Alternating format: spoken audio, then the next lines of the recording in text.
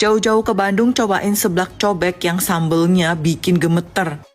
Nih, masuk ke dalam gang ya. Gang Muhammad Toha, masuk ke sana. Seblak cobek Teh Ida. Ada berapa level? Mau 0 sampai 10, kalau lebih juga boleh.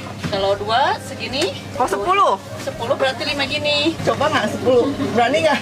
Level 10 deh, Bu. Aku pesan yang komplit, isinya tuh lengkap banget. Ada bakso-baksoan, ada ceker, ada sosis, sayuran, enoki segala. Dan ini bumbunya 1 centong, sambelnya 5 centong. Tuang ke cobek, terus dimasukin bahan yang udah direbus tadi, terus diaduk rata. Jadi deh. Ini porsinya tuh gede banget, tapi kata si ibu ada yang bisa habisin sendiri, plus nasi lagi. Langsung aja kita cobain ya. Ini ada yang kayak otak-otak gitu, terus ada gorengan lidah. Ini udah layer gitu, enak kena bumbunya. Terus ada ayam juga. Terus ini kuahnya tuh sebetulnya sambel. Rasanya pedes mantep tapi seger.